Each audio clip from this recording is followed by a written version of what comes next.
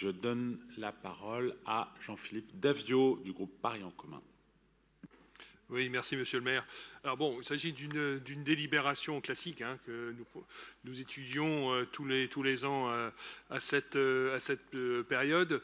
Bon, de quoi s'agit-il? Il s'agit de permettre à un certain nombre de commerces à Paris, hein, la plupart des commerces d'ailleurs, de pouvoir ouvrir certains dimanches dans l'année.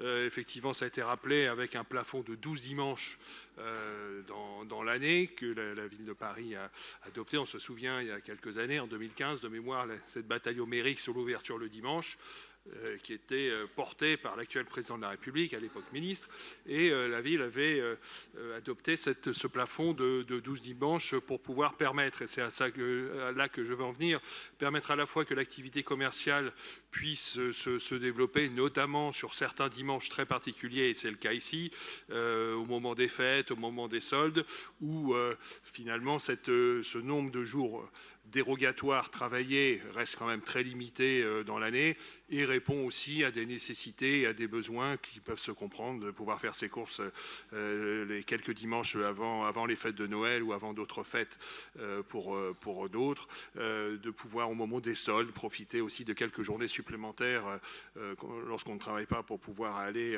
dans les commerces. Enfin, voilà, il s'agit finalement plutôt de bon sens qu'une atteinte grave aux employés des commerces. Et on précise d'ailleurs quand même que cet avis, il est rendu après consultation d'une part des organisations professionnelles, et je constate que sur cette année 27 sur 30 branches ont répondu et ont fait leur proposition de date de dimanche. Et par ailleurs, évidemment, les organisations syndicales aussi ont pu s'exprimer, et c'est un peu le compromis entre les souhaits des uns et des autres que cet avis a été rendu. Donc d'abord, sur une base relativement démocratique, puisqu'il a été établi après consultation de toutes les parties. Et puis, il s'inscrit dans la loi, quand même, rappelons-le. Cet avis ne vient pas de nulle part, et il répond à un besoin qui peut être satisfait quelques fois dans l'année. Je pense qu'on peut voter pour cet avis favorablement. Je vous remercie, chers collègues.